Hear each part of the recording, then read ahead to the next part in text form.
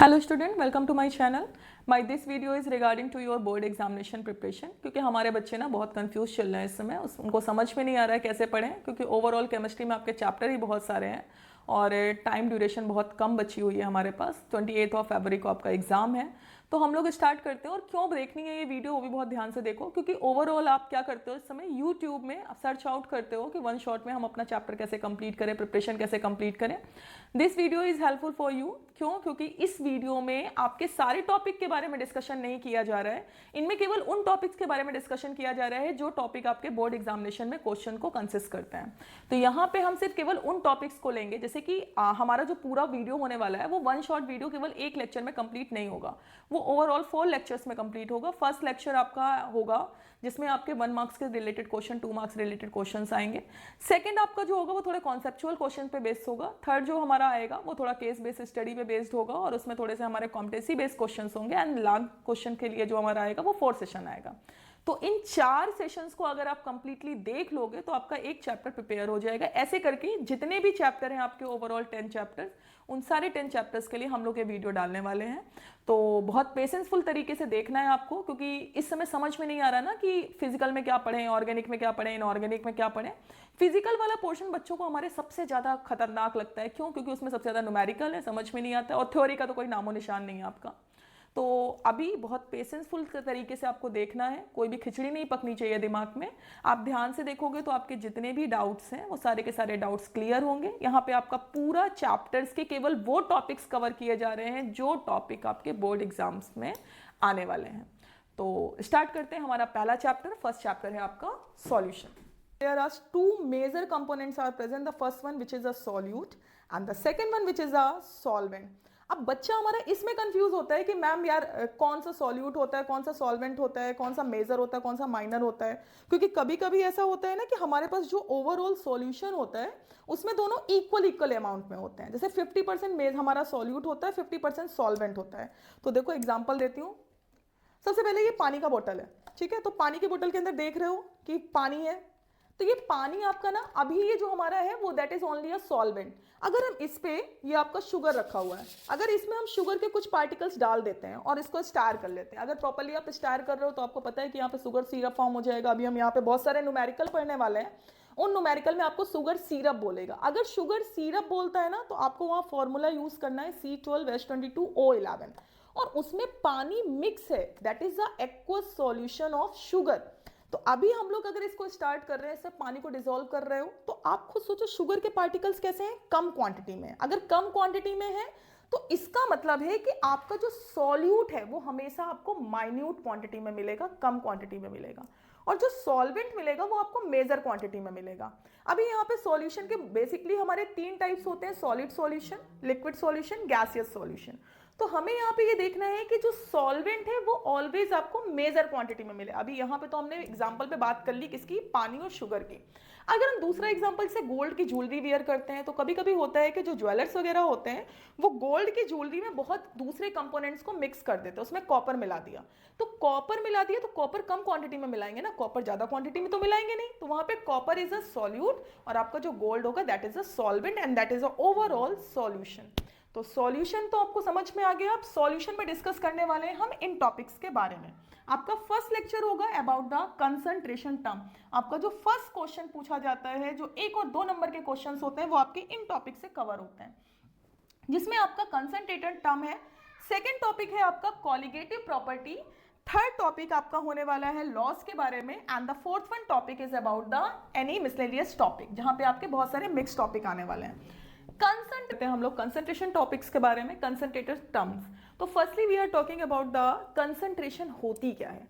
Concentration का मतलब होता है how much quantity of solute are getting dissolve in a solvent. अब कैसे समझ में आएगा, फॉर एग्जांपल पानी ले रखा हुआ है, पानी में तुमने थोड़ी सी चीनी डाल दी। अब पानी में चीनी डाल लो, उसको स्टार कर रहे हो, प्रॉपर शुगर सॉल्यूशन बन गया। तो तुमने कितना शुगर डिसॉल्व किया है वाटर में शुगर सिरप बनाने के लिए, दैट्स डिफाइन द कंसंट्रेशन। अब कंसंट्रेशन की ना बहुत सारी यूनिट्स होती हैं कि आप ऐसा नहीं कंसंट्रेशन एक ही टर्म्स में, हाँ ठीक है ये पढ़ लिया कितनी क्वांटिटी डिसॉल्व कर दी, इसको कंसंट्रेशन बोलते हैं। कंसंट्रेशन के बहुत सारे वेरिएंट होते हैं। अब देखो वो वेरिएंट कौन कौन से होते हैं, जैसे कि आपने ग्राम पर लीटर कर लिया। जैसे शॉप पे सामान लेने जाते हो तो शॉप में जब आप सामान लेने जाते हो तो वहां पे बोलते हो ना इतने ग्राम दे दो, इतने किलोग्राम दे दो, कुंटल दे दो, तो वहां पे ये सब यूनिट्स हैं। यहाँ पे ये थोड़ी सी डिफाइन यूनिट्स हैं। अब देखो यहाँ पे यूनिट्स कैसी आ रही है, जैसे फर्स्ट वन आ गई तुम्हारी ग्राम पर लीटर। ग्राम पर लीटर के बाद तुम्हारी आ गई मोल कॉन्सेप्ट। अब मोल कॉन्सेप्ट में यूनिट्स है तुम्हारी इन टर्म्स ऑफ मोल। आप मोल के टर्म्स में कंसंट्रेशन को डिफाइन कर सकते हो। टर्म्स ऑफ वॉल्यूम, आप वॉल्यूम के टर्म्स में डिफाइन कर सकते हो। इन टर्म्स ऑफ पार्टिकल, आप पार्टिकल के टर्म्स में डिफाइन कर सकते हो। वॉल्यूम परसेंटेज के टर्म्स में डिफाइन कर सकते हो। मोलैरिटी के टर्म्स में डिफाइन कर सकते हो। जब आप अपने यहाँ पे प्रैक्टिकल करते हो तो वहां पे एक प्रैक्टिकल होता है वॉल्यूमेट्रिक एनालिसिस का, वहां पे मोलैरिटी मोलैलिटी का बहुत जिक्र होता है, तो वहां पे आपको कैपिटल एम स्मॉल एम लिखा हुआ मिलेगा। तो वहां पे आपकी यही मोलैरिटी यूज होती है। तो मोलैरिटी के टर्म्स में आप डिफाइन कर सकते हो। उसके बाद नॉर्मेलिटी के टर्म्स में डिफाइन कर सकते हो, डेंसिटी के टर्म्स में, एंड परसेंटेज के टर्म्स में डिफाइन कर सकते हो। तो अब इन टर्म्स में तो ठीक है हम डिफाइन कर लेंगे, लेकिन डिफाइन कैसे करेंगे, सबसे मेजर क्वेश्चन तो हमारा ये फंसता हुआ है। तो एक्चुअल में इनके लिए एक स्पेशल बात हो रही है। जितने भी आपको इधर पर टॉपिक्स दिख रहे हैं, ये जितने भी टॉपिक्स आपको दिखाई पड़ रहे हैं, these all topics are the temperature dependent topics. Temperature dependent topic, ये सारी प्रॉपर्टी आपकी टेम्परेचर पे डिपेंड करती है। किस पे डिपेंड करती है? टेम्परेचर। अब हम बात करते हैं ये सेकंड वाले टर्म्स की। ये सेकंड टर्म्स क्या है? ये सारी की सारी प्रॉपर्टी टेम्परेचर इंडिपेंडेंट होते हैं। आप समझ गए डिपेंडेंट और इंडिपेंडेंट मतलब ये जितने फैक्टर लिखे हुए हैं। अब इन फैक्टर में मैम पता कैसे करेंगे, दोनों तो सेम सेम लग रहे हैं। तो पता करने का कॉन्सेप्ट है, देखो पता करने का कॉन्सेप्ट क्या है, इन सब के नीचे आप देखना आपको डिनोमिनेटर में वॉल्यूम मिलेगा। क्या मिलेगा? वॉल्यूम। यहां जितनी भी प्रॉपर्टीज है इनके डिनोमिनेटर में आपको वॉल्यूम नहीं मिलने वाला है। तो जिनके डिनोमिनेटर में वॉल्यूम मिलने वाला है वो सारी की सारी आपकी टेम्परेचर डिपेंडेंट प्रॉपर्टीज होती हैं। जहां पे नहीं मिलने वाला है वो आपकी टेम्परेचर इंडिपेंडेंट प्रॉपर्टीज होती हैं। यहां आप पढ़ने वाले हो कंसंट्रेशन को मास परसेंटेज के टर्म्स में, मोल फ्रैक्शन के टर्म्स में, बहुत क्वेश्चन पूछे जाते हैं इससे, मोलैलिटी के टर्म्स में, and the last one is a parts पर मिलियन जिसको हम पीपीएम बोलते हैं।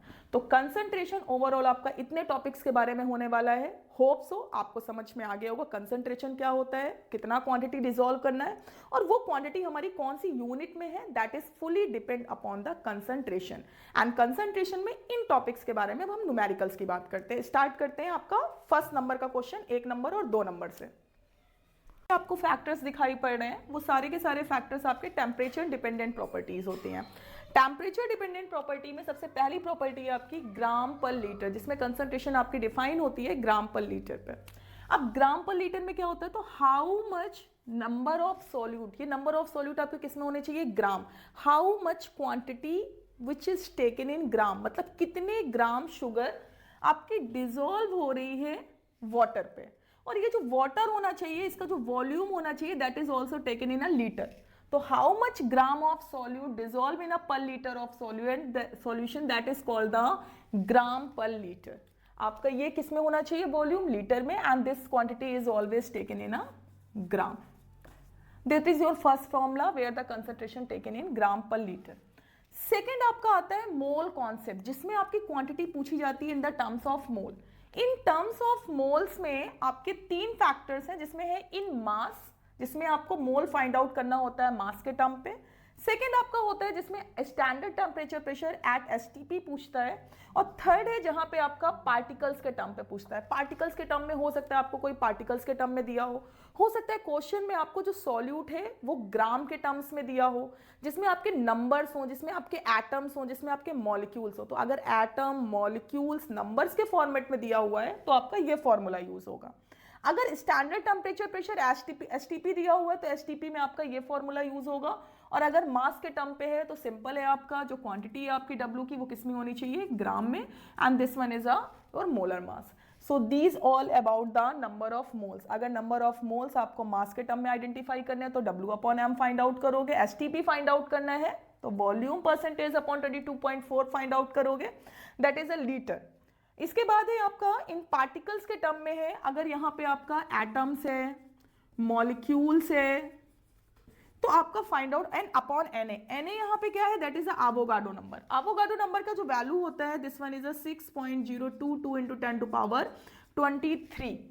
ठीक है, this is a value of number of Avogadro. इसके बाद है आपका वॉल्यूम परसेंटेज। वॉल्यूम परसेंटेज में अगर ध्यान से देखोगे आप तो ऊपर आपका जो मास ऑफ सॉल्यूट है वो हमारा क्या हो जाएगा, volume of solute upon volume of solution into 100। Next term है आपका मोलैरिटी। सबसे ज्यादा आपका क्वेश्चन पूछा जाता है इस टर्म से। ये टर्म आपका बेटा वेरी वेरी इंपॉर्टेंट है बोर्ड एग्जाम्स के लिए, मोलैरिटी। तो मोलैरिटी में क्या होता है, number of moles dissolve in a per litre of solution. Solution में कितना नंबर ऑफ मोल्स डिसॉल्व हो रहा है सॉल्यूट का, दैट्स डिफाइन द मोलैरिटी। तो यहां आपका नंबर ऑफ मोल्स हो गया, here is a volume, volume always taken in a litre. अब अगर ml में दिया हुआ है तो लीटर में आपको कन्वर्ट करना है। फॉर्मूले बहुत ध्यान से देखो क्योंकि ये बहुत हेल्पफुल होने वाले हैं आपके लिए। तो नंबर ऑफ मोल्स की अगर हम बात करते तो नंबर ऑफ मोल कैसे डिफाइन करोगे, गिवन मास अपॉन मोलर मास। किससे डिफाइन करोगे, गिवन मास अपॉन मोलर मास। देखो अभी यही सेम यहां पे रखा हुआ था, गिवन मास अपॉन मोलर मास। तो ये हमारा n की वैल्यू होगी। और वॉल्यूम है तो वॉल्यूम हमारा किसमें पहुंच जाएगा आपका, तो ओवरऑल फॉर्मूला तुम्हारा मोलैरिटी का क्या बनेगा, मोलैरिटी का फॉर्मूला बनेगा given mass upon molar mass multiply volume. If the volume is given in ml तो आप इसको क्या कर दोगे, लीटर में कन्वर्ट करने के लिए 1000 से यहां मल्टीप्लाई कर दोगे तो ये आपका मोलैरिटी का फॉर्मूला हो गया। ठीक, फिर इसके बाद आपका नॉर्मेलिटी। नॉर्मेलिटी और मोलैरिटी में बहुत सिमिलरिटीज है, केवल थोड़ा सा डिफरेंस है। यहां नंबर ऑफ मोल्स दिया हुआ है, यहां पे नंबर ऑफ मोल किसमें, इक्विवेलेंट के मास में दिया होगा। किसके फॉर्म में दिया होगा, इक्विवेलेंट। तो यहां जो फॉर्मूला लगाते हो वहां पे आपका आ जाता है given mass upon equivalent mass. क्या आ जाता है, इक्विवेलेंट मास। यहां क्या आता है, मोलर मास। यहां क्या आता है, इक्विवेलेंट मास। दोनों में डिफरेंस समझना। यहां जब आप मोलैरिटी लिखोगे तो आप क्या लिखोगे, मोलर मास की वैल्यू रखोगे। और यहां जगह नॉर्मेलिटी पूछा जाए, नॉर्मेलिटी ज्यादा नहीं पूछा जाता, काफी ईयर से आपका नॉर्मेलिटी के क्वेश्चंस नहीं मिल रहे हैं। 3 to 4 ईयर से नॉर्मेलिटी का कोई क्वेश्चन नहीं पूछा जा रहा बोर्ड एग्जाम में। बट अगर पूछा जाता है, क्योंकि हमें तो पढ़ना है कि बोर्ड में जो भी एग्जाम्स में आपका आ रहा है टॉपिक, तो यहाँ पे इक्विवेलेंट मास रखना है। क्या रखना है, इक्विवेलेंट मास। उसके बाद आपका सेम है, यहाँ पे आप क्या पुट कर दोगे, volume in litre and also get converted into 1000 because litre में होना चाहिए। नेक्स्ट है आपका डेंसिटी। कभी कभी ऐसा होता है ना, क्वेश्चन में आप देखोगे तो बहुत कंफ्यूज करता है बच्चों को, क्योंकि सीबीएसई जब पेपर सेट करने बैठता है ना तो उनको लगता है बच्चों के लिए वो डायरेक्टली आपसे सिंपल सा क्वेश्चन होगा लेकिन डायरेक्टली नहीं पूछेंगे। तो वो वहां पे क्या डिफाइन करके देते हैं, आपको डेंसिटी देते हैं।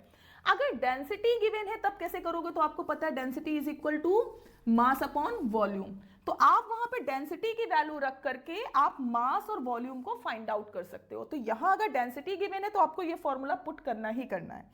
नेक्स्ट है आपका which is about the percentage. कभी कभी ऐसा होता है कि क्वेश्चन में ना आपको जो क्वांटिटी ऑफ सॉल्यूट गिवन होती है वो परसेंटेज, जैसे for example 98% of oxalic acid is getting dissolve in this percent of solution. तो अब वहां पे 90% अगर आ गया तो बच्चे कंफ्यूज रहते हैं कि 90% का क्या करना है। तो वहां पे 90 को उठा करके ग्राम रख दो। जितना परसेंटेज गिवन है वो आपकी ग्राम में आपको वहां पे फाइंड आउट करनी है। तो परसेंटेज में तो कंफ्यूज होना नहीं है। अगर 90 आपका दे रहा है परसेंट तो 90 आपका किसका हो गया, सॉल्वेंट का हो गया। और 10 जो आपका रिमेनिंग बचा वो किसका हो गया, सॉल्यूट का हो गया। अगर वो 5% दे रहा है तो 5% सॉल्यूट का हो गया और बाकी ओवरऑल आपका 95% किसका हो गया, सॉल्वेंट का। क्योंकि एक बात याद रखना जो मैंने अपने स्टार्टिंग में वीडियो स्टार्ट करते समय बताई थी कि सॉल्यूट हमेशा कम क्वांटिटी में होता है, वो हमेशा आपको माइन्यूट क्वांटिटी में मिलेगा। और जो सॉल्वेंट मिलेगा which is always present in a major quantity. तो ये जितनी भी प्रॉपर्टीज हैं these all are the temperature dependent properties. अब हम इनके न्यूमेरिकल करना स्टार्ट करते हैं। इसका स्क्रीनशॉट ले लो या व्हाटएवर आपको अगर याद हो गए हैं तो आप पॉइंट आउट कर लो और इनको रिमेंबर जरूर करना। इन फॉर्मूले से आपके जितने भी न्यूमेरिकल होने वाले हैं उन सब में आपके केवल इतने फॉर्मूले यूज होने वाले हैं। स्टार्ट करते हैं। देखो आपका ये फर्स्ट क्वेश्चन है, calculate the normality of the solution containing the 5 gram NaOH dissolve in 250 ml of aqua solution. तो बेटा क्वेश्चन है, देखो क्वेश्चन में सबसे पहले क्या देखा करो, बच्चे कुछ ना हमारे क्वेश्चन देख करके डर जाते हैं। क्वेश्चन देख के डरना नहीं होता है पहली चीज। यहाँ पे ये देखो क्वेश्चन तुमको आधा बताता है। यहाँ पे 250 ml दिया हुआ, it means 250 ml is given. Second आपको क्या दिया हुआ है, ग्राम इज गिवन। क्वेश्चन में जो भी वैल्यू आपकी ग्राम में गिवन होती है this one is a value of W। किसकी वैल्यू होती है W। अब ये W किसका है, वो साफ साफ दे रहा है NaOH डिजोल्व, तो this one is a quantity of solute. किसकी क्वांटिटी है ये, सॉल्यूट की। सबसे पहले इसको मेंशन कर दो, कितना गिवन है यहाँ पे, that is a 5 gram. And the second one which is a 250 ml, कहाँ पे डिजोल्व हो रहा है, 250 ml ऑफ एक्वा सॉल्यूशन, तो this one is a 250 ml and that is a value of volume. अब पूछ क्या रहा है आपसे क्वेश्चन में, पूछ रहा है आपसे नॉर्मेलिटी। अभी हम लोगों ने पढ़ा था व्हाट इज अ नॉर्मेलिटी, तो नॉर्मेलिटी अगर डिफाइन करते हैं तो यहाँ पे नॉर्मेलिटी में देखो क्या होता है, नंबर ऑफ मोल्स के लिए given mass upon equivalent mass, क्योंकि यहाँ नॉर्मेलिटी का टर्म है तो आपको कौन सा मास रखना है, इक्विवेलेंट मास रखना है।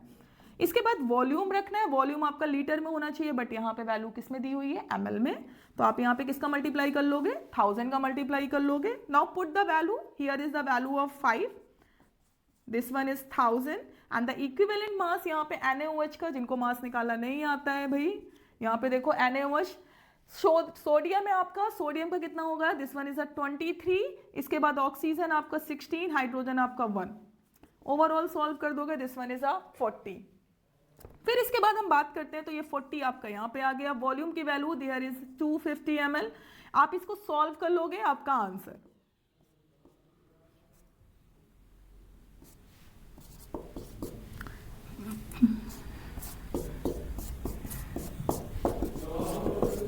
ठीक है, that is a value of normality.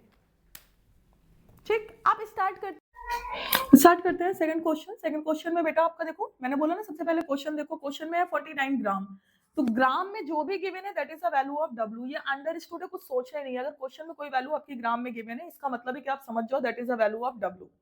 W का वैल्यू यहाँ पे कितना हो जाएगा, 49 ग्राम।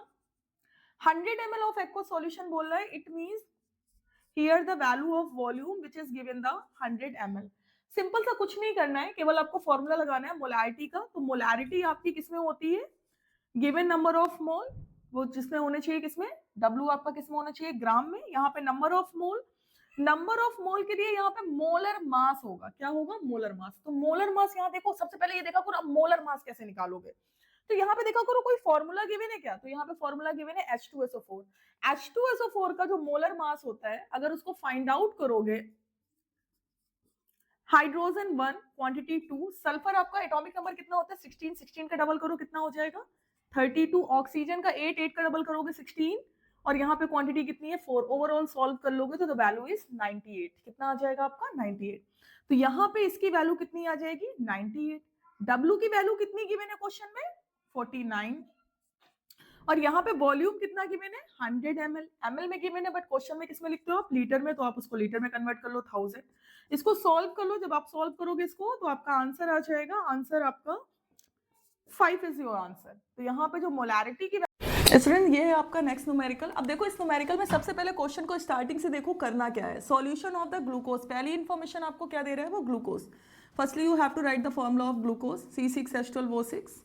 फिर इसके बाद वो बोल रहा है in water level as 10%, it means the quantity of this one is 10%। मैंने यहाँ पे ये जितने भी टर्म्स यूज हैं वो सारे के सारे टर्म्स यहाँ पे यूज होने वाले हैं। इट मीन्स यहाँ पे किसके फॉर्म में दिया हुआ है, परसेंटेज के फॉर्म पे दिया हुआ है, तो दिस क्वांटिटी इज 10 ग्राम। अब कोई आपसे बोलता है ना कि फॉर एग्जांपल अगर आपके नंबर जो आ रहे हैं वो 90% आ रहे हैं, इट मीन्स ऑलमोस्ट जितना भी ओवरऑल रेशियो होगा उसमें आपका 90% कैलकुलेट, तो यहाँ 10% है, it means that is calculated overall is 100 ग्राम। तो यहाँ पे आपका कितना हो गया, इसकी क्वांटिटी 10 ग्राम हो गई। फिर इसके बाद है what should be the molarity, आपको यहाँ पे मोलैरिटी फाइंड आउट करने के लिए बोल रहे हैं। सेकेंड आपको बोल रहे हैं mole fraction of each components, okay, mole fraction. फिर मोल फ्रैक्शन के बाद आपको बोल रहा है density find out, density is given, density का वैल्यू कितना दे रहा है क्वेश्चन में 1.2। आपको सबसे पहला काम यही करना है कि क्वेश्चन में जो जो वैल्यू गिवन है उन वैल्यू को जरूर फाइंड आउट करके लिख लो। इसके बाद है आपका मोलैरिटी, मोलैरिटी भी फाइंड आउट करनी है। तो सबसे पहले हम उठाते हैं इन दोनों फैक्टर्स को, मोलैरिटी को और मोलैलिटी को। ध्यान से देखो दोनों में बहुत सारी सिमिलरिटीज होती हैं। सबसे पहले हम उठाते हैं मोलैलिटी, उसके बाद हम उठा रहे हैं मोलैरिटी। हाँ, यहाँ पे एक चीज आपके लिए टेक्निकल होने वाली है, वैल्यूज आपके ओवरऑल हम यहाँ पे नोट डाउन कर देंगे, उसके बाद सॉल्व आपको करना है। इसके बाद यहाँ पे देखो मोलैलिटी की अगर हम बात करते हैं तो मोलैलिटी में भी आपका क्या होता है, नंबर ऑफ मोल्स होता है। नंबर ऑफ मोल्स के बाद जस्ट नीचे जो आपका डिनोमिनेटर में जाता है, डिनोमिनेटर में जाता है आपका मास ऑफ सॉल्वेंट। इसको बहुत ध्यान से देखिएगा, बच्चे यहाँ बहुत कंफ्यूज होते हैं। मास ऑफ सॉल्वेंट, सॉल्वेंट का जो मास होना चाहिए that is a value is always applicable in a KG. किस में एप्लीकेबल होनी चाहिए? केजी में।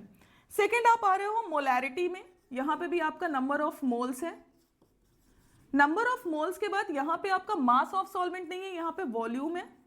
वॉल्यूम ऑफ सॉल्यूशन है, दोनों में डिफरेंस देखिएगा, यहाँ सॉल्वेंट है और यहाँ पे सॉल्यूशन है, और इसका वैल्यू किस में होना चाहिए? लीटर में होना चाहिए। अगर नहीं है वैल्यू तो आप देखो इसको कैसे कन्वर्ट करोगे। Number of moles it means given mass upon molar मास।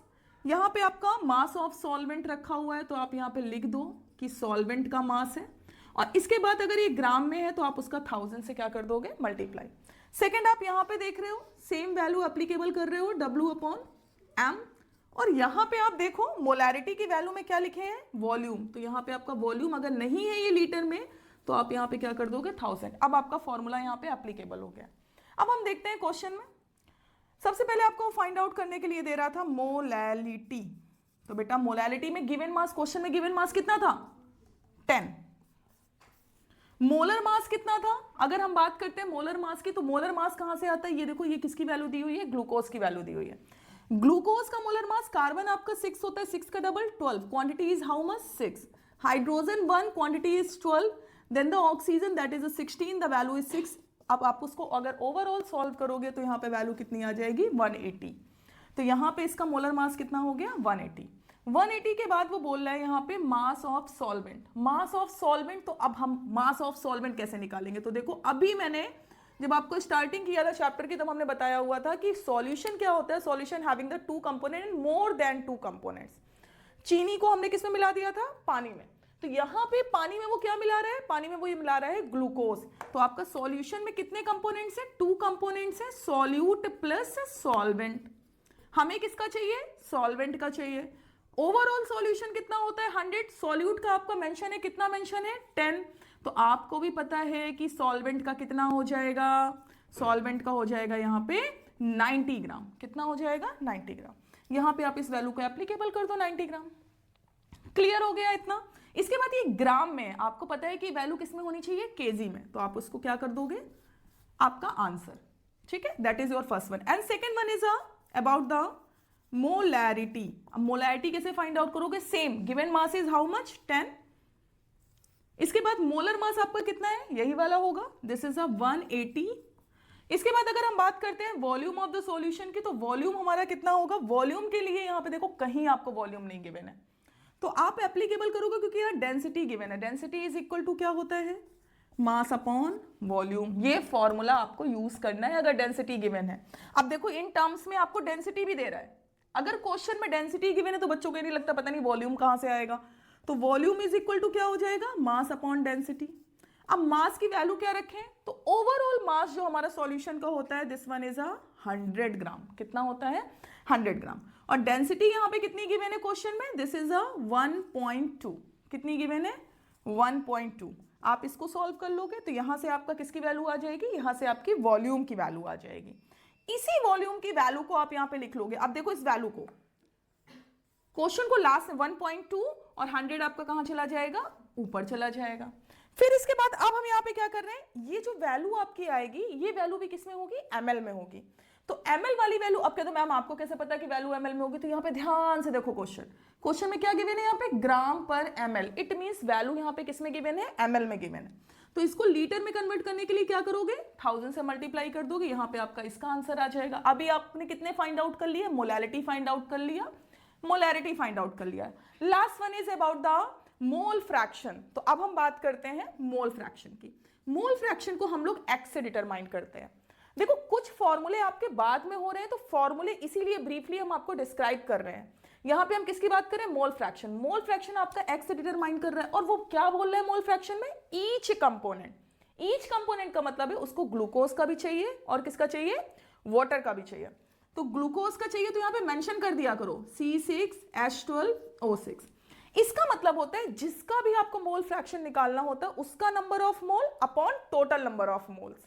तो यहां पे इसका फाइंड आउट करना, तो इसका number of mole C6H12O6 upon total number of mole C6H12O6, और यहां पे आपका second component is a water. Number of moles कैसे निकालना है? तो बहुत अच्छे से जानते हैं आप लोग, given mass upon molar mass, given mass upon molar mass plus given mass upon molar मास। अब यहाँ पे वैल्यू रख दो, गिवन मास कितना है आपका ग्लूकोज का, यहाँ पे देखो 10। ये क्वेश्चन आपको 3 मार्क्स देने वाला है, इसलिए बहुत ध्यान से देखना है। मोलर मास कितना होता है ग्लूकोज का 180, 10 अपॉन 180 प्लस अगर हम बात करते हैं यहाँ पे किसकी, वाटर की, तो वाटर का कितना दे रहा था 90 अपॉन, और वाटर का मोलर मास कितना होता है 18, क्योंकि H2O को जब आप कैलकुलेट करोगे तो 18 आप सॉल्व कर लोगे, आपका यहाँ पे मोल फ्रैक्शन निकल आएगा। तो ये आपका हो गया। और नेक्स्ट वन देखो, इसी में बोल रहा है ईच कंपोनेंट, तो अब ईच कंपोनेंट के लिए बच्चे बड़े कंफ्यूज हैं हमारे कि कैसे करेंगी मैम। तो यहाँ पे देखो, यहाँ पे सेकंड वाटर का निकाल देना है आपको। वाटर के लिए क्या करोगे, मोल फ्रैक्शन जस्ट इसका अपोजिट कर दो। इस बार आपको मोल फ्रैक्शन जिसका फाइंड आउट करना है उस वैल्यू को ऊपर मेंशन करना है। तो यहाँ पे आपका हो जाएगा H2O upon N C6H12O6 plus H2O। अब यहाँ पे यही वैल्यू जस्ट आपकी रिवर्स हो जाएगी। यहाँ पे वाटर का कितना हो जाएगा मोल फ्रैक्शन, तो वाटर के मोल फ्रैक्शन के लिए 90 अपॉन 18, 90 अपॉन 18 प्लस 10 अपॉन 180। आप सॉल्व कर लेंगे, आपका आंसर। क्वेश्चन में एक बात बहुत अच्छे से ध्यान रखिएगा, क्वेश्चन सॉल्विंग के लिए इसलिए छोड़ा हुआ है क्योंकि बच्चे क्या करते हैं कि जब उनको बहुत सारा बड़ा न्यूमेरिकल दिखता है तो वो क्वेश्चन छोड़ देते हैं। बोर्ड एग्जामिनेशन में आप लोगों की स्टेप मार्किंग होती है। अगर आप फॉर्मूला एप्लीकेबल कर रहे हो, क्वेश्चन को स्टेप पे लेकर के जा रहे हो, तो आपका केवल हाफ मार्क्स डिडक्ट होगा, अदरवाइज आपको फुल मार्क्स मिलते हैं। तो प्लीज क्वेश्चन को कभी भी लेफ्ट आउट मत करिए। ध्यान से देखिए, आपका ये सेकंड क्वेश्चन आता है। बेटा जितने भी आप क्वेश्चन कर रहे हो ना, सबका पैटर्न आपका चेंज हो रहा है। अब इस क्वेश्चन में देखो आप क्या कर रहे हो, if the density of the some lake water, यहाँ पे डेंसिटी की वैल्यू गिवन है। डेंसिटी की वैल्यू कितनी गिवन है 1.25 ग्राम पर ml। आपका सबसे पहला काम ये होना चाहिए कि क्वेश्चन में जितना भी गिवन हो वो सारा का सारा गिवन आपको नोट डाउन कर लेना है। फिर इसके बाद है contain 92 gram of Na positive. ठीक है, यहाँ पे Na पॉजिटिव आयन गिवन है जिसकी क्वांटिटी है how much, this one is a 92 ग्राम। फिर इसके बाद वो बोल रहा है आयंस पर KG in water, calculate the molality of Na positive. ठीक है, आपको क्या कैलकुलेट करना है, यहाँ पे मोलैलिटी कैलकुलेट करनी है। अब बच्चों को लगेगा कि यहाँ पे तो Na पॉजिटिव का है, कोई फॉर्मूला ही गिवन नहीं है, तो कैसे करें। तो देखो इसको कैसे करोगे, number of, firstly you have to find out the number of moles. Number of moles का फॉर्मूला क्या होता है, given mass upon molar mass. Given mass कितना है देखो क्वेश्चन में, अब Na पॉजिटिव है तो उसका गिवन मास कितना है, this one is a 92 gram. Molar mass की वैल्यू कितनी होगी, मोलर मास आपको पता है कि सोडियम का कितना होता है, सोडियम का होता है 11 होता है, ऑड नंबर में आप डबल करके 1 ऐड ऑन कर देते हो तो दिस वन इज अ 23। कितना होता है इसका 23। आप इसको सॉल्व कर लेंगे तो आपका किसका आ जाएगा, this one is a number of moles. क्या आ जाएगा यहाँ पे, नंबर ऑफ मोल्स की वैल्यू आ जाएगी। फिर नंबर ऑफ मोल्स के बाद आप क्या निकाल रहे हो यहाँ पे, मोलैलिटी। मोलैलिटी में देखो यहाँ पे क्या करोगे, मोलैलिटी फाइंड आउट करने में आपको क्या लिखना होता है, सबसे पहले गिवन मास, मोलर मास, और यहां पे होना चाहिए आपका मास ऑफ सॉल्वेंट।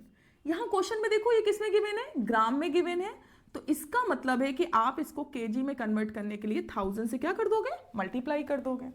अब यहां पे बहुत ध्यान से देखिए, गिवन मास की वैल्यू कितनी थी, गिवन मास की वैल्यू थी 92 मल्टीप्लाई 1000।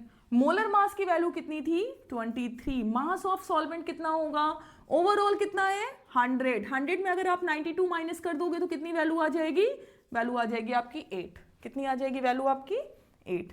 तो यहाँ पे मास ऑफ सॉल्वेंट कितना हो गया 8। आप इसको सॉल्व कर लेंगे, आपका आंसर। तो बहुत सिंपल टर्म्स में देखना है। सबसे पहला फॉर्मेट आपका ये होना चाहिए कि क्वेश्चन में जो भी गिवन हो उस गिवन को फाइंड। अब देखो यहाँ पे बच्चों को बेवकूफ बहुत बनाते हैं, यहाँ पे डेंसिटी की वैल्यू का कोई यूज नहीं था, यहाँ पे डेंसिटी का कोई भी यूज नहीं था, डेंसिटी की वैल्यू कहीं से भी यूटिलाइज नहीं हुई है। This one is your next question. अभी देखो इस क्वेश्चन में क्या करना है, ये क्वेश्चन है आपका मास परसेंटेज का। सबसे पहले आपने यहाँ पे मास परसेंटेज लिख करके फाइंड आउट, उसके बाद यहाँ पे क्या दे रहा है, एस्प्रिन। अच्छा देखो ये आपके लिए कितनी हेल्प कर देता है, इन्होंने एस्प्रिन का फॉर्मूला भी लिख लिया है, क्योंकि आधा बच्चा नहीं तो इसी से कंफ्यूज हो जाता कि एस्प्रिन का फॉर्मूला क्या होता है। एस्प्रिन का फॉर्मूला लिख दिया। फिर इसके बाद उन्होंने सेकंड कंपोनेंट दे रखा हुआ है एसिटोनाइट्राइल। एसिटोनाइट्राइल में आपका मेंशन है CH3CN, ठीक है, मेथिल साइनाइड। फिर इसके बाद देखो ये यहाँ पे आपको कुछ दे रहा है क्या, एसीटोनाइट्राइल परसेंटेज आपको फाइंड आउट करना है। फिर इसके बाद वो बोल रहा है acetone with the 6.5 gram of C9H8O4, it means ये एस्प्रिन है, डिसॉल्व हो रही है, कितनी डिसॉल्व हो रही है, इसकी क्वांटिटी 6.5 ग्राम। किस में डिसॉल्व हो रही है, एसीटोनाइट्राइल में डिसॉल्व हो रही है, जो आपका कितना है 450 ग्राम। अब वो बोल रहा है आपसे मास परसेंटेज। देखो इसको कैसे करोगे, तो यहां पे सबसे पहले आपको अपना सिंपल सा फॉर्मूला लिखना है, मास परसेंटेज। मास परसेंटेज में नॉर्मल है आपका मास of solute upon mass of solution into 100। Mass of solute कितना गिवन है, डिसॉल्व किसको कर रहे हो, डिसॉल्व आप कर रहे हो इसको, एस्प्रिन को, तो एस्प्रिन की quantity how much, this one is 6.5। Mass of solution कितना है, मास ऑफ सॉल्यूशन जब आप इन दोनों को ऐड करो, क्योंकि सॉल्यूशन में सॉल्यूट एंड सॉल्वेंट दोनों कंपोनेंट्स को जब आप ऐड करते हो तो आपका ओवरऑल सॉल्यूशन ऑब्टेन होता है। तो here you have to add on the solution के लिए आपको ऐड करना है 6.5 प्लस 450, तो यहां पे आपका 0.5 6 के बाद आपका 6 इधर पे है 5 4, तो ये आपकी जो क्वांटिटी हो जाएगी, this one is a quantity of solution. तो सॉल्यूशन में आपका आ जाएगा 456.5 मल्टीप्लाई 100। अब आपको इसको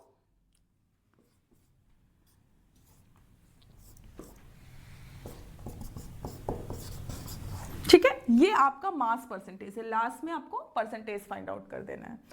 देखो अभी ये क्वेश्चन ना आपका 1 नंबर का क्वेश्चन है। अच्छा, जो आपका सेक्शन ए होता है ना, सेक्शन ए बड़ा अच्छा क्वेश्चन होता है, क्योंकि सेक्शन ए में आपको ओवरऑल कोई भी मार्क वहां से कटता नहीं, अगर आपका सही तो आपको पूरे नंबर मिलते हैं। ये क्वेश्चंस के लिए आपको ये जितने भी कॉन्सेप्ट है ये पता होना बहुत जरूरी है, क्योंकि जब तक आपको कॉन्सेप्ट नहीं पता होगा तब तक आप एमसीक्यू क्वेश्चंस को कभी भी करेक्ट नहीं कर पाओगे। तुक्का लगाते तो, बट तुक्का बहुत बच्चों की किस्मत अच्छी होती है जिनका सही हो जाता है, अदरवाइज तुक्का किसी का सही होता नहीं है। अब यहाँ क्वेश्चन देखो, एसर्सन बोल रहा है, एसर्सन ने बोला है मोलैरिटी ऑफ द सॉल्यूशन, किसकी बात कर रहा है, मोलैरिटी। तुरंत दिमाग में मोलैरिटी का फॉर्मूला लेकर के आओ। मोलैरिटी का फॉर्मूला क्या होता है, number of mole dissolve in a volume. Volume किस में होना चाहिए, लीटर में। तो नीचे आपकी किसकी वैल्यू थी, वॉल्यूम, और हमने सबसे पहले आपको क्या बताया हुआ था, ये जितनी भी यूनिट्स दी हुई हैं इस सब में आपकी ये स्टार्टिंग वाली जितनी यूनिट्स हैं ये सारी की सारी टेम्परेचर डिपेंडेंट यूनिट है। कौन सी यूनिट है, टेम्परेचर डिपेंडेंट। और ये जितनी भी यूनिट है ये सारी की सारी टेम्परेचर इंडिपेंडेंट यूनिट है।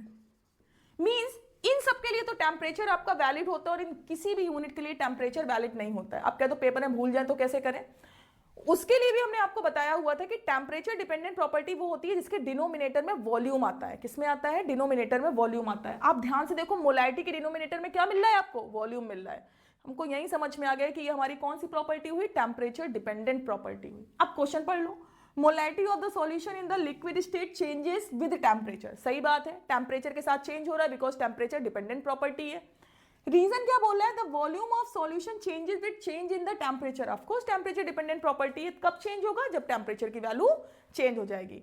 तो यहां पे आपका आंसर क्या होगा, आपका आंसर होगा ए नंबर। ए नंबर का मतलब क्या होता है, assertion and reason both are correct and the reason is the correct explanation of assertion। Last topic आपका आ रहा हुआ है, देखो इन सारे टॉपिक्स में अभी आप ग्राम पर लीटर के क्वेश्चन कर चुके, volume percentage, mole concept, molarity, normality, density, percentage, mass percentage, mole fraction और मोलैरिटी के क्वेश्चन कर चुके हो। लास्ट टॉपिक आपका बचता है पीपीएम। ये क्वेश्चन आपका पीपीएम को डिफाइन करता है। अब पीपीएम क्या होता है, तो बेटा देखो पीपीएम, क्योंकि हमने फॉर्मूले स्टार्टिंग में आपको इसके नहीं मेंशन किए थे इसलिए फिर से बता दे रही हूँ कि जब पीपीएम में आपको मास ऑफ परसेंटेज निकालना होता है, तो क्योंकि यहाँ पे क्वेश्चन में क्या बोला, express this in the percentage by mass, तो फर्स्टली आप यहाँ पे परसेंटेज बाय मास मेंशन करोगे। Mass of solute upon mass of solution into 10 to power 6 जाएगा। क्या जाएगा आपका, 10 टू पावर 6 जाएगा। अब आप यहाँ पे देखते हो कि मास ऑफ सोल्यूट आपका कितना है, तो मास ऑफ सोल्यूट की वैल्यू आप ध्यान से क्वेश्चन को पढ़ोगे तो क्वेश्चन में मेंशन होगी आपकी, with the CaCl3 suppose to be the carcinogen contaminant the 15 ppm by mass. ठीक है, इसका वैल्यू कितना है 15, तो 15 ग्राम आपने लेट कर लिया है। 15 के बाद मास ऑफ सॉल्यूशन कितना होगा, तो इसकी वैल्यू 10 टू पावर 6 हो जाएगी। और यहां पे आप क्या कर रहे हो, क्योंकि देखो ऑलरेडी क्वेश्चन है, मेंशन है 15 ppm बाई मास, अगर नहीं मेंशन होता 15 ग्राम मेंशन होता तो आपका ये फॉर्मूला एप्लीकेबल होता, बट यहां पे ppm में ऑलरेडी गिवन है, तो ऑलरेडी आप 10 टू पावर 6 यहां मेंशन करोगे, क्योंकि ये वैल्यू हमारी किसकी होगी, सॉल्यूशन की, जो ppm में गिवन है। किसमें गिवन है, 15, तभी तो आपका हो रहा है 15 ppm। देखो यहाँ पे क्या दे रहा है क्वेश्चन, 15 ppm, तो ये 15 ppm इधर हो गया, और परसेंटेज के लिए आप यहाँ पे क्या कर दोगे, 100 कर दोगे। अब आप इसको सॉल्व कर लो, तो आपको ही पता है 15, और इसके बाद ये क्वांटिटी हमारी क्या चली जाएगी, ऊपर चली जाएगी, तो ये ऊपर जाने पे आपका हो जाएगा -6, 100 है यहाँ पे, तो आपका हो जाएगा 15 मल्टीप्लाई 10 टू पावर -4, ठीक है। तो ये वैल्यू आपकी आ रही है परसेंटेज, और लास्ट में आप क्या यहाँ पे मेंशन कर दोगे, परसेंटेज। तो सिंपल सा क्वेश्चन है। अगर नहीं दे रहा होता पीपीएम में तो आपका फिर ये फॉर्मूला एप्लीकेबल होता, यहाँ पे आप सिंपल यहाँ पे क्वांटिटी लिखते 15 10 टू पावर 6, और यहाँ पे वॉट एवर कितनी भी क्वांटिटी होती, तो अगर यहाँ पे क्वांटिटी आपकी होती 90 तो आप 90 मेंशन करते, उसके अकॉर्डिंग कैलकुलेट करते। बट अगर वो क्वेश्चन है बस पहले ही आपको पीपीएम मेंशन कर रहा है, तो फिर आप उसकी वैल्यू किस में रखोगे, मास ऑफ सॉल्यूशन पे रखोगे। स्टार्ट करते हैं सेकंड क्वेश्चन। सेकंड क्वेश्चन में बेटा आपका देखो, मैंने बोला ना सबसे पहले क्वेश्चन देखो, क्वेश्चन में है 49 ग्राम, तो ग्राम में जो भी गिवन है that is the value of W. ये अंडरस्टूड है, कुछ सोचना नहीं है। अगर क्वेश्चन में कोई वैल्यू आपकी ग्राम में गिवन है, इसका मतलब है कि आप समझ जाओ that is the value of W.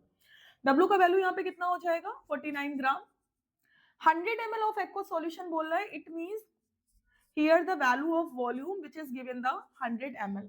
Simple सा कुछ नहीं करना है, केवल आपको फॉर्मूला लगाना है मोलैरिटी का। तो मोलैरिटी आपकी किसमें होती है, गिवन नंबर ऑफ मोल, वो जिसमें होने चाहिए किसमें, डब्ल्यू आपका किसमें होना चाहिए, ग्राम में। यहाँ पे number of mole, number of मोल के लिए यहाँ पे मोलर मास होगा, क्या होगा, मोलर मास। तो मोलर मास यहाँ देखो, सबसे पहले ये देखा करो अब मोलर मास कैसे निकालोगे, तो यहाँ पे देखा करो कोई फॉर्मूला गिवन है क्या, तो यहाँ पे फॉर्मूला गिवन है H2SO4। H2SO4 का जो मोलर मास होता है, अगर उसको फाइंड आउट करोगे, हाइड्रोजन 1 क्वांटिटी 2, सल्फर आपका एटॉमिक नंबर कितना होता है 16, 16 का डबल करो कितना हो जाएगा 32, ऑक्सीजन का 8, 8 का डबल करोगे 16, और यहाँ पे क्वांटिटी कितनी है 4। ओवरऑल सॉल्व कर लोगे तो द वैल्यू इज 98। कितना आ जाएगा आपका 98।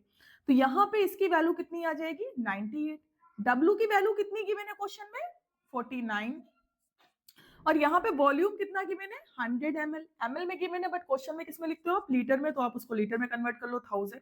इसको सॉल्व कर लो, जब आप सॉल्व करोगे इसको तो आपका आंसर आ जाएगा, आंसर आपका 5 इज योर आंसर। तो यहाँ पे जो मोलैरिटी की वैल्यू हो जाएगी वो कितनी हो जाएगी 5। खत्म करो जल्दी बस। ये है आपका नेक्स्ट क्वेश्चन। अब देखो ये नेक्स्ट क्वेश्चन, ये क्वेश्चन आपको मिलता है मैक्सिमम 3 मार्क्स पे।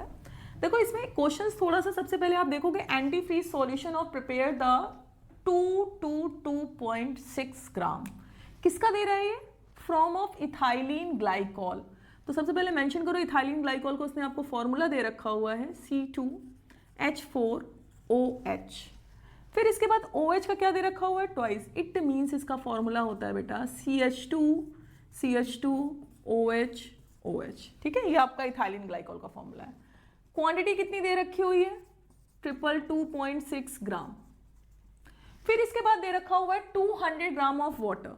यहाँ पे वाटर का क्वांटिटी कितना दे रखा हुआ है, दिस वन इज 200 ग्राम। फिर 200 ग्राम के बाद आप देखो यहाँ बोला है कैलकुलेट द मोलैलिटी।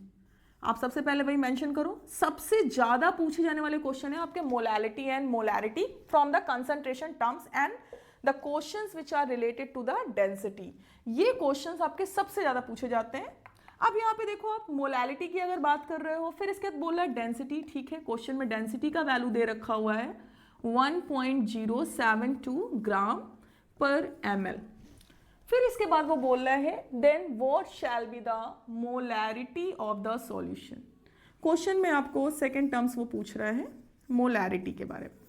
आपको अच्छे से पता है दोनों का फॉर्मूला। यहाँ पे आप क्या करोगे, वही गिवन मास अपॉन मोलर मास, और मोलैलिटी है तो मोलैलिटी में आपका क्या होगा मास ऑफ सॉल्वेंट। ये बहुत ध्यान रखिएगा, और मास ऑफ सॉल्वेंट किस में होना चाहिए केजी में। तो केजी में कन्वर्ट करने के लिए आप क्या कर दोगे 1000। यहाँ पे सेकंड मोलैरिटी के फॉर्मूले में क्या होगा गिवन मास अपॉन मोलर मास, आप लीटर में कन्वर्ट करोगे 1000 से मल्टीप्लाई, और यहाँ मास ऑफ सॉल्वेंट की जगह पे आप क्या मेंशन करोगे वॉल्यूम। अब देखो क्वेश्चन में कहीं वॉल्यूम का वैल्यू गिवन है क्या? नहीं गिवन है क्वेश्चन में वॉल्यूम का वैल्यू। तो आप यहाँ पे क्या करोगे, density is equal to mass upon value. फिर यहाँ पे देखो वॉल्यूम का वैल्यू के लिए मास अपॉन क्या आ गया, डेंसिटी। मास का वैल्यू ओवरऑल आप हमेशा कितना रखोगे, 100, एंड द डेंसिटी का वैल्यू कितना है यहाँ पे 1.072। ठीक, फिर इसके बाद आप यहाँ पे आ जाओ, ये जो वैल्यू आपकी होगी, this value always come in ml। फिर आप देखो यहाँ पे वैल्यू कैसे सॉर्ट आउट कर रहे हो। W गिवन मास कितना है क्वेश्चन में, गिवन मास आप देखो ये कितना था 222.6 मल्टीप्लाई 1000 अपॉन, यहां पे आप लिख रहे हो मोलर मास। मोलर मास किसका निकालना है आपको, इसका। अब देखो मोलर मास कैसे निकालोगे, आपको अच्छे से पता है कार्बन का कितना होता है 12, क्वांटिटी कितनी हो गई 2, 1, 4 प्लस 2 मल्टीप्लाई ऑक्सीजन का कितना होता है 16 प्लस 1। सॉल्व कर लो, 24, 4, 34, तो यहाँ पे आपका आ जाएगा 4, 4, 4, 12, 3, 2, 6 और एक हो गया आपका 7। तो यहाँ पे कितनी आ जाएगी वैल्यू 72। तो मोलर मास हो गया इसका 72। मास ऑफ सॉल्वेंट कितना होगा, तो मास ऑफ सॉल्वेंट की अगर हम बात कर रहे हैं तो मास ऑफ सॉल्वेंट आपका गिवन है यहाँ पे 200 ग्राम। कितनी वैल्यू गिवन है 200 ग्राम। यहां पे आप सॉल्व कर लोगे